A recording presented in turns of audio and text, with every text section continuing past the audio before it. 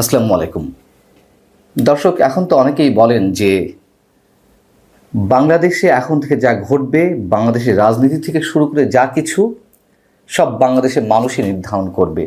একেবারে বাজে কথা, আমি সবসময় বলি। এবং বাংলাদেশের রাজনীতি, বাংলাদেশের সব ধরনের সিদ্ধান্ত আরও বরং এই সময়ে এসে বিদেশি শক্তিগুলোর উপরেই নির্ভর করছে বেশি। এবং সেই কথার সূত্র ধরে যদি আমরা বলি, তাহলে যুক্তরাষ্ট্র কি চাইছে?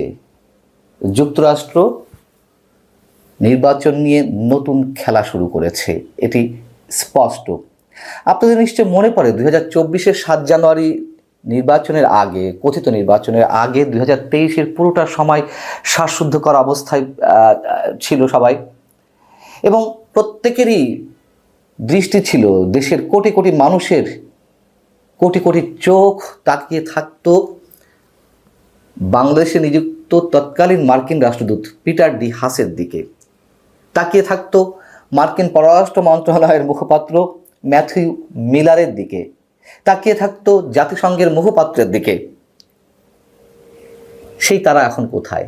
তারা এখন কি বলছে?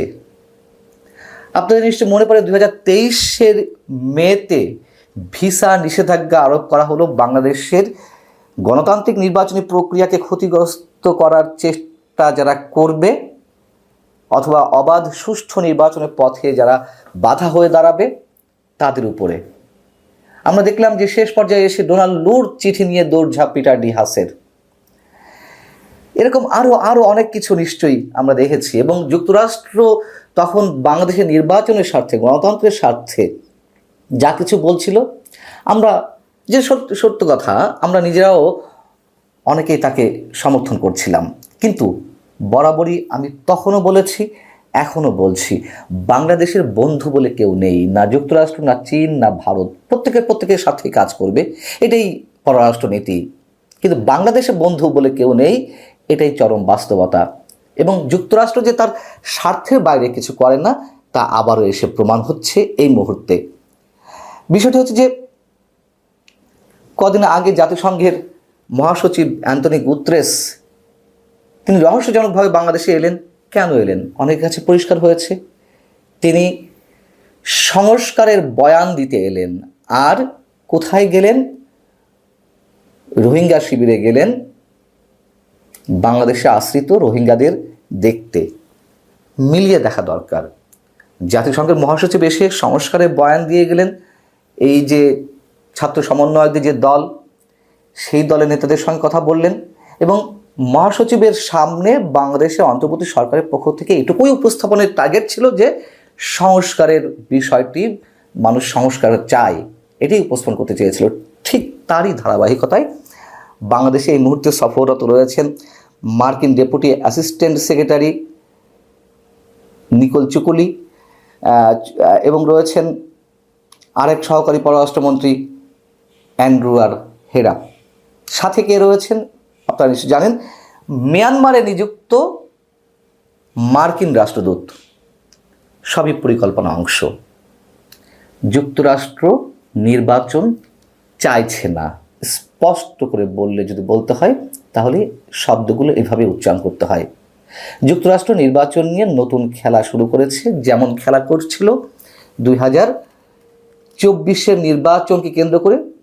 আমরা সমর্থন করেছিলাম, আবারও বলছি, যে বাংলাদেশে একটা গণতান্ত্রিক নির্বাচন প্রয়োজন ছিল। এবং ঠিক যে কারণে যুক্তরাষ্ট্রকে আমরা সমর্থন করেছিলাম, এখন যুক্তরাষ্ট্রের বিরোধিতা আমরা এখন করছি। সবাই নিশ্চয় করছে না। যারা তখন যুক্তরাষ্ট্রকে ভগবান হিসেবে নিয়েছিলেন, যারা পিটার ডি হাসকে ভগবান হিসেবে মেনে নিয়েছিলেন, যে বাংলাদেশে ভবিষ্যৎ গড়ার জন্য পিটার ডি হাস ভগবান হিসেবে বাংলাদেশের ভূখণ্ডে নেমেছেন, সেই তারাও, তাদের একটি অংশ এখনও যুক্তরাষ্ট্রের প্রতি অনুরক্ত। কেন? সেই অংশটি নির্বাচন চাইছে না। আপনাদের এর আগে জানিয়েছিলাম যে এই যে মার্কিন 3 কর্মকর্তা কেন সফরে এসছেন। সফরে এসে তারা জাতিসংঘের মহাসচিবের মতোই প্রধান উপদেষ্টা ডক্টর মোহাম্মদ ইউনূসের সঙ্গে সাক্ষাৎ করে তারা সরকারের যে সংস্কার প্রক্রিয়ার যে কাজ হাতে নিয়েছে সেটিকে পূর্ণ সমর্থন জানিয়েছে। আমি এর আগে আপনাদেরকে বলেছিলাম আমাদের প্রধান উপদেষ্টা কি টিকে যাওয়ার সনদ হাতে পেতে যাচ্ছেন। তার মোটামুটি একটা প্রাইমারি একটা সিমটম আমরা দেখেছি, সংস্কারকে তারা সমর্থন করেছে। কারণ এর আগেও জানিয়েছি, এখনও জানাই, যুক্তরাষ্ট্রের যে বার্মা অ্যাক্ট হয়েছিল 2022 সালে, মিয়ানমারে ঢুকে তারা সব কিছু কবজায় নেবে, সেখানে চীনের আধিপত্য তারা একেবারে শেষ করে দেবে, সশস্ত্র গোষ্ঠীগুলোকে তারা সহায়তা করবে, মার্কিন সামরিক জান্তাকে হটাবে। সেই পরিকল্পনার বাস্তবায়ন এখন তারা করতে যাচ্ছে। কিন্তু মার্কিন 3 প্রতিনিধি যে সফরে রয়েছেন তারা প্রধান উপদেষ্টার সঙ্গে দেখা করে এ মন্তব্যও করেছেন যে অন্তর্বর্তী সরকার বা ডক্টর মোহাম্মদ ইউনূস সরকার যে 1,80,000 রোহিঙ্গাকে রাখাইনে প্রত্যাবর্ষণের জন্য উপযুক্ত হিসেবে চিহ্নিত করেছে, সেটিকে তারা ওয়েলকাম জানিয়েছে। তারা এটি রোহিঙ্গা সংকট সমাধানের একটা অগ্রগতি হিসেবে চিহ্নিত করেছেন। মজার বিষয় হচ্ছে মিয়ানমারের রাখাইন রাজ্য যে আরাকান আর্মিদের দ্বারা নিয়ন্ত্রিত, সেই রাখাইনের একটি বড় শহর বুথিডং, সেই বুথিডং থেকে এখন রাখাইন আরাকান আর্মিদের মাধ্যমে আরাকান আর্মিদের দ্বারা নির্যাতিত হয়ে অনেক রোহিঙ্গা আবারও বাংলাদেশে প্রবেশে অপেক্ষা রয়েছে বা কেউ কেউ ঢুকেছেন। এটা তো আমরা সবাই জানি। তাহলে সেই রাখাইন আর্মিদের কিভাবে আমরা কনভিন্স করলাম যে আমরা রোহিঙ্গাদেরকে পাঠাবো যারা বাংলাদেশে আশ্রিত রয়েছেন 1,80,000? আমাদের সামনে যা কিছু তুলে ধরা হচ্ছে অন্তর্বর্তী সরকারের পক্ষ থেকে, স্পষ্ট করে বলি, স্পষ্ট ভাষায় বলতে চাই, এগুলো ঘুম পাড়ানিয়া গান। আমাদেরকে ছেলের হাতের মোয়া দেখিয়ে ভোলানোর চেষ্টা করা হচ্ছে। এবং রাখাইনে বা মিয়ানমারে মানবিক সহায়তার নামে যে করিডোর চাইছে যুক্তরাষ্ট্র, সেই করিডোরের কথা জাতিসংঘের মহাসচিব বলে গিয়েছিলেন। সেই করিডোরের দাবি নিয়েই এসেছে মার্কিন প্রতিনিধি। আর করিডোরের মাধ্যমে কি মানবিক সহায়তা যাবে, কাদের উদ্দেশ্যে মানবিক সহায়তা যাবে? যাবে অস্ত্র, যেটি আমরা আশঙ্কা করছি। শেষ করি একটা কথা দিয়ে।